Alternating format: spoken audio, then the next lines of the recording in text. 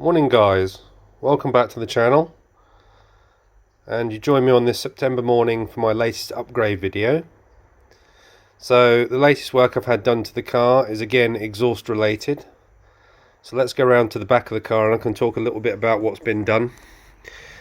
So in my previous video I'd had sports cats fitted to the exhaust system, Larini 200 cell sports cats, and now I've had essentially the system completed with the Larini GT1 system. The GT1 system is a stainless steel system and it has in-canal cladding for heat shielding. If we look into the engine compartment here, it's not particularly visible obviously on the 570, but we can see the pipes there with a little green Larini badge, and very nice quality product, nicely finished, much more streamlined and aesthetically pleasing than the stock exhaust system. I had the sports system fitted to my car, and for all of you other owners, you might know that it has a considerable amount of heat shielding on it. Makes it look a bit bulky, and that heat shielding also tends to corrode a little bit, which doesn't look great. So super happy with the quality of the product. It's relatively good value as well compared to a lot of competitors. I had the system fitted by V Engineering, and I really can't recommend these guys enough. I was there yesterday and I think I've now found my specialist dealer that I'm going to be using going forward. So much knowledge. I was allowed to stay in the garage while the work was being done, and we just talked pretty much all day about the cars and the ins and outs. There's so much knowledge there they have of the cars due to the amount of experience they have with the brands, having worked for the brand directly as technical consultants.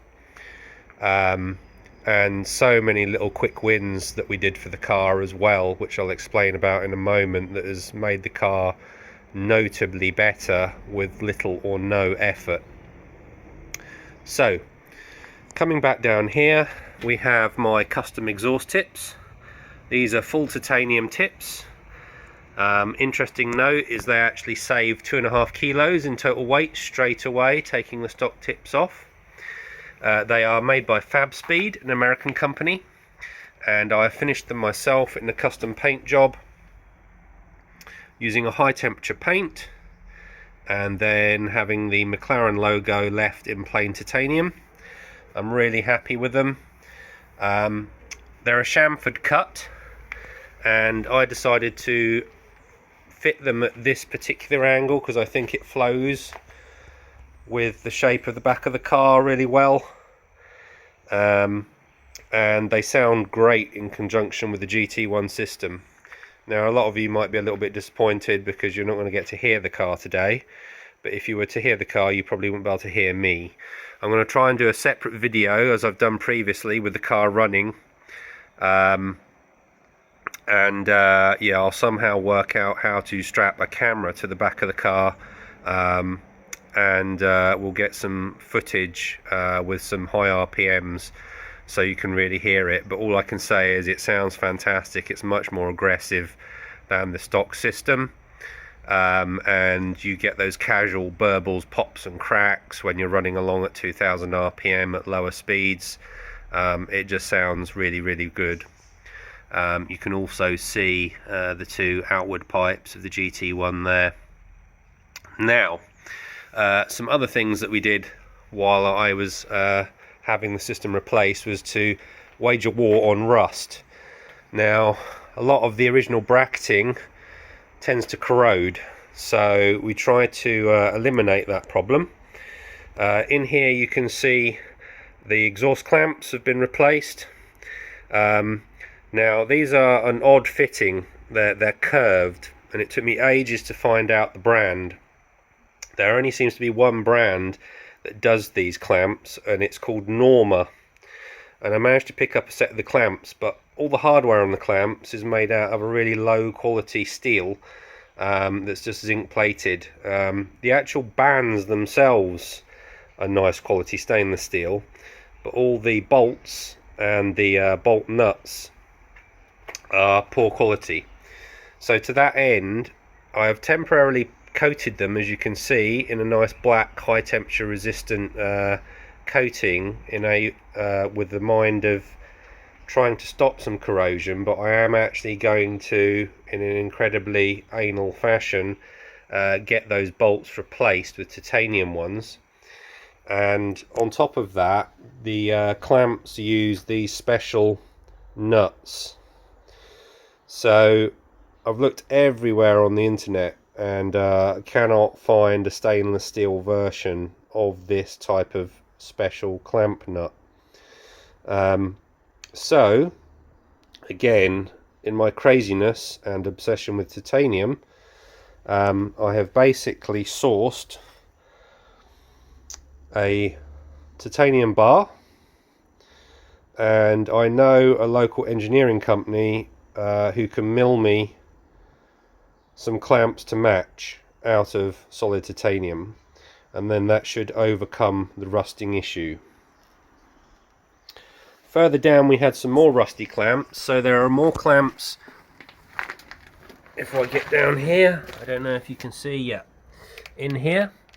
Now the original clamps were badly corroded, so wanted to replace those as well. The ones down here, just out of interest, are not curved clamps, so you can use a conventional exhaust clamp, and I opted to get some Michelor clamps, which are very, very popular, and I particularly specified what are called the W5 stainless steel clamps. So that's their super high corrosion resistant clamp. It's designed generally to be used in environments where the clamps are exposed to, like, salt water and perhaps in the marine industry. So I'm hoping that they're going to stay reasonably fresh.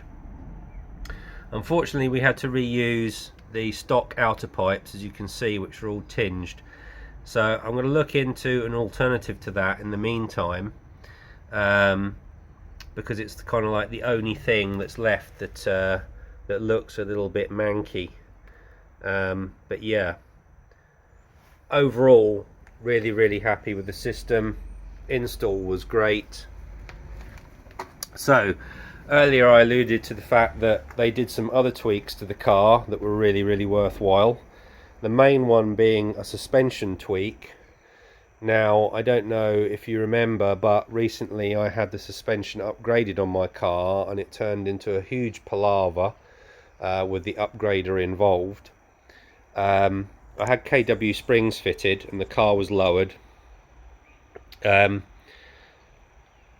What they told me at V Engineering is that with the Sports Series cars, if you change the suspension settings with regards to ride height, camber, etc., you need to tell the ECU that you've done that, and it will optimize the ride for that ride height and those camber settings, and it also affects your traction control.